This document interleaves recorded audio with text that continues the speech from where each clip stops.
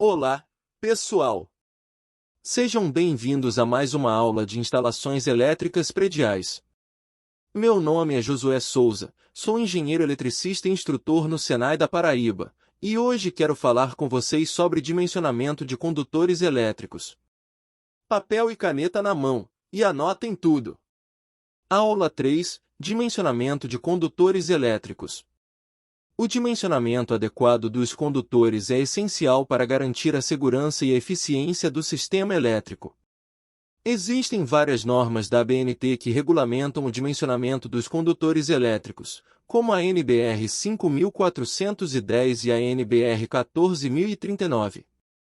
Se vocês quiserem saber mais sobre essas normas, assistam um vídeo que está aparecendo no canto superior da tela. Nesta aula iremos dar ênfase às instalações elétricas de baixa tensão, logo, usaremos a NBR 5410.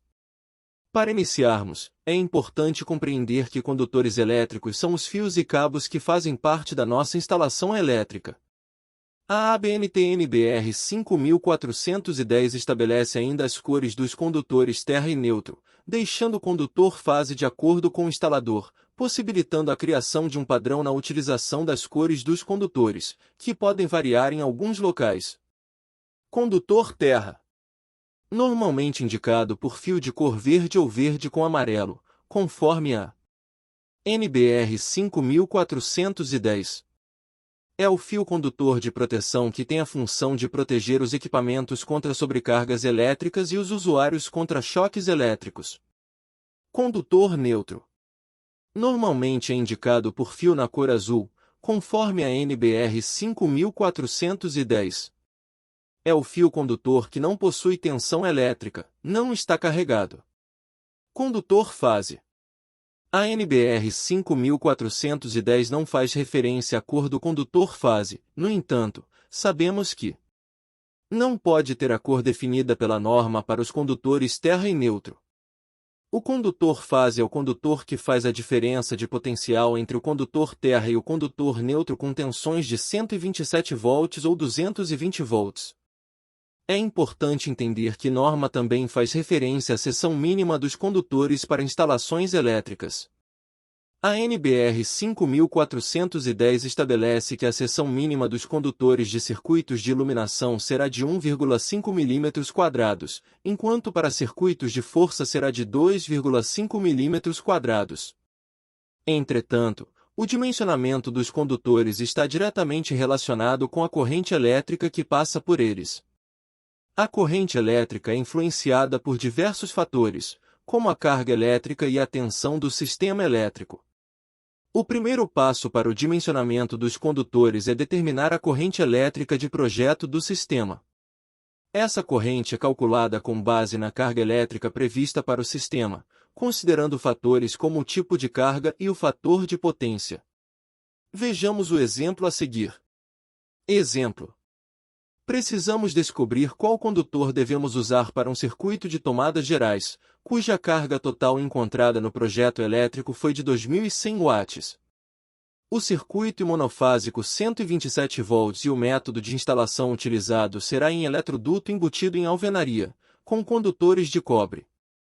Devemos, então, considerar algumas informações antes de determinarmos a seção necessária do condutor. Primeiro, para circuitos de tomadas, a seção mínima do condutor é de 2,5 mm². Segundo, levando em conta a potência e a tensão de alimentação do circuito e possível descobrir a corrente desse ramal.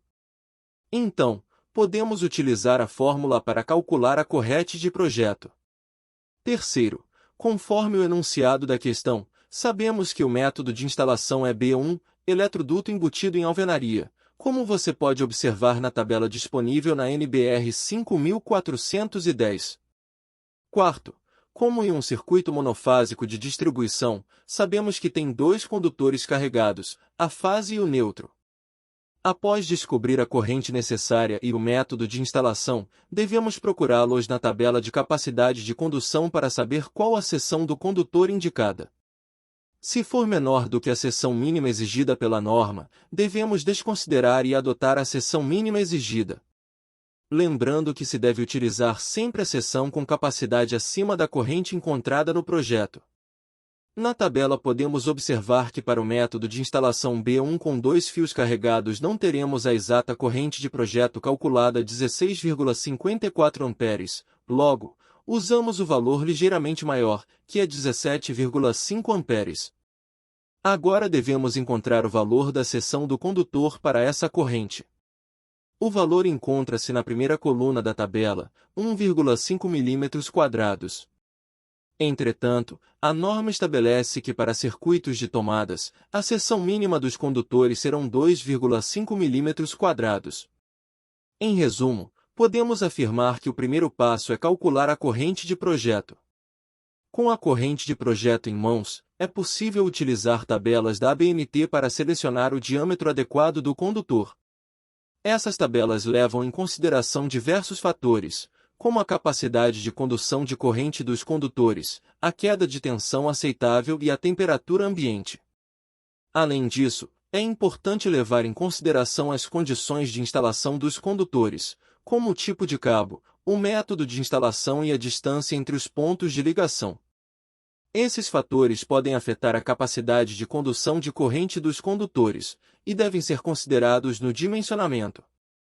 Também é importante destacar que o dimensionamento dos condutores deve ser realizado de acordo com a legislação vigente e com as normas técnicas da ABNT. Essas normas regulamentam diversos aspectos da instalação elétrica, como a segurança dos usuários e a proteção contra sobrecorrentes. Por fim, vale lembrar que o dimensionamento dos condutores deve ser realizado por um profissional habilitado e capacitado, que conheça as normas e os procedimentos adequados para garantir a segurança e eficiência do sistema elétrico. Espero que tenham gostado do conteúdo e que tenha sido útil para vocês.